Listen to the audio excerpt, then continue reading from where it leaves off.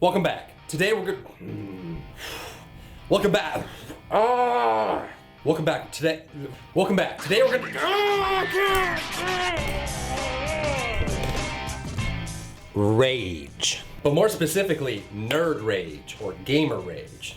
There's a game being played. You can bet that somewhere, someone is raging about it. Just raging. What? Someone fucking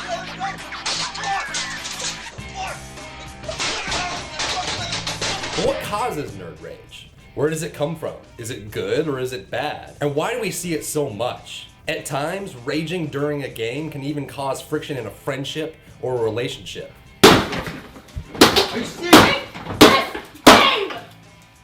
Today, we're gonna learn all about what nerd rage is, what the primary causes of it are, and with this information, you'll be able to keep it cool as a cucumber. Science time. First, we need to know about what psychologists call the locus of control. And that's a fancy way of talking about where you place responsibility for what happens to you. If you place it on something external to you versus something internal. Someone who has an external locus of control will generally look for things outside themselves to take responsibility for what happens to them. Things like the weather, things you have no control over. Someone who has an internal locus of control will generally feel as if they have complete control over what happens to them, and they can take action necessary to change the results if they don't like them. Quick quiz. Do you guys know what the #1 cause of stress is for a person?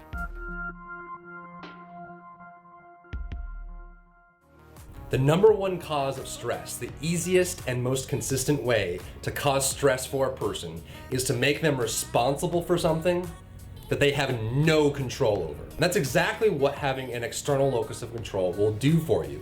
You're focusing on things you can't control, and you get in that zone and you harp on it. You're just building up more and more frustration until eventually it gets let out in a huge rage burst, because you don't have control over what you're focusing on.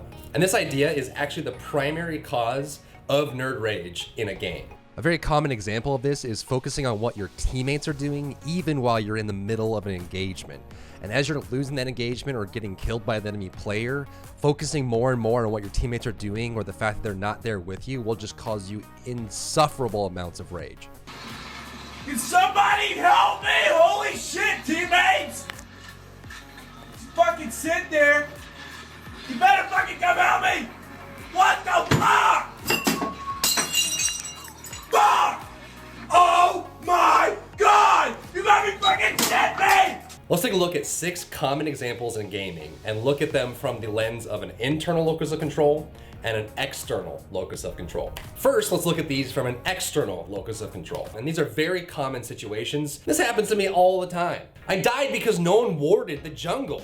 I couldn't even see the gank. Where are the wards? Why didn't you call missing? Mid's in my lane. Why don't you call missing? God, these controls are so stupid. Just do what I want you to do. I pushed the enemy team. You guys weren't with me. Where were you? Where were you? I just got flanked. You're supposed to be watching my flank. Why aren't you watching my flank? God, this mechanic is so overpowered. This character just can't be beaten. He's too strong. Now let's take the same 6 scenarios and look at them from an internal locus of control. Oh, there's no wards on the map. I need to stay by my tower until I get more vision. It's my job to see who's missing, and right now, I don't see the mid laner on the mini map. I'm gonna hold off until I can see them again. Man, when I'm playing, I keep making silly control mistakes. I should practice a little bit to make sure that I can accurately use the controls that I have. I'm about to make a huge push. I should check to see if my teammates are close enough to support me if I go. Have I told my teammates that I want them to cover my flank? Do they know? Let me look at the map real quick and see if my teammates are in position to cover my flank. Man, this thing is so strong. Let me think. Does it have a weakness? Is there any way it can be countered?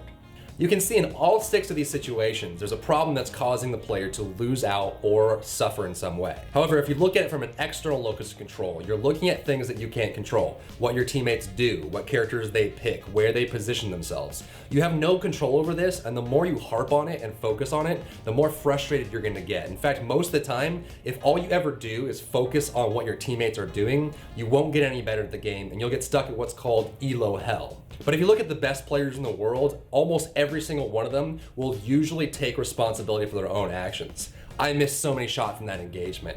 I wasn't in the right position.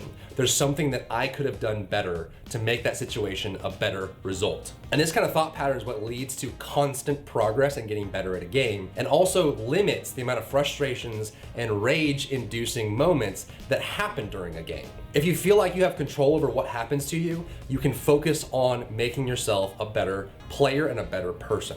I also want to touch on a topic that plagues almost every level of play except for the very top, and that is the idea of playing the meta. The meta in any game is the way a game is currently being played or is accepted to be played. And what happens is at lower levels, most players will only play this way and then think the game can't be played any other way. And sometimes games evolve, especially at low levels of play, and you have to adapt your playstyle and adjust to what's happening in the game you're in right now. Non-meta games do happen, and if you try to play the meta when it's not appropriate, you're just going to frustrate yourself.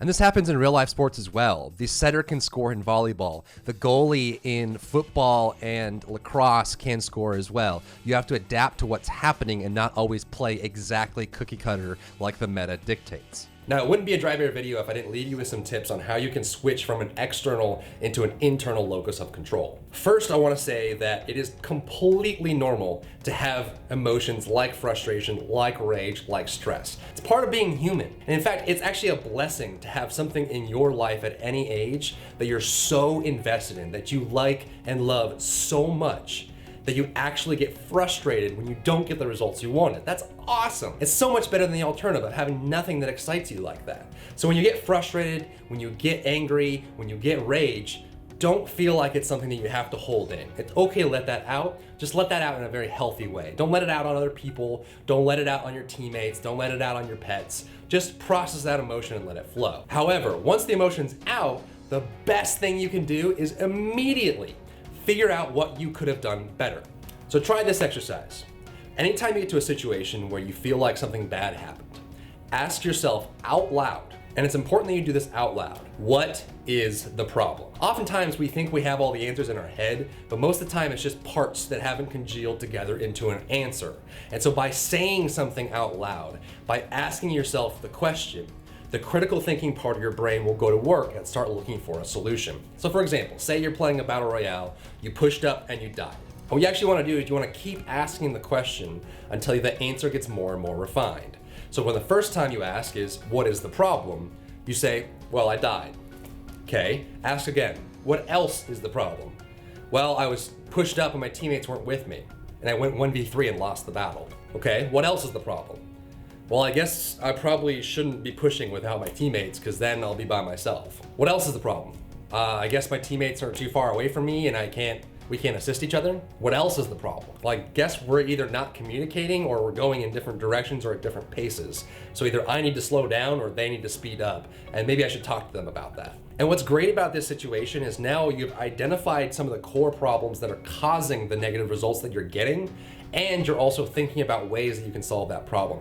There's multiple different ways to attack a problem and get a solution, but the first step is just identifying what the heck the problem is. And half the time by doing that, you'll already get yourself to a solution, or there was a solution waiting right in front of you right off the bat. And as you start going through these exercises and identifying the problems and trying to make yourself a better player, you'll go from ELO hell all the way up to the top ranks before you realize it. The next time someone in your game is raging, send them this video so they can get woke too.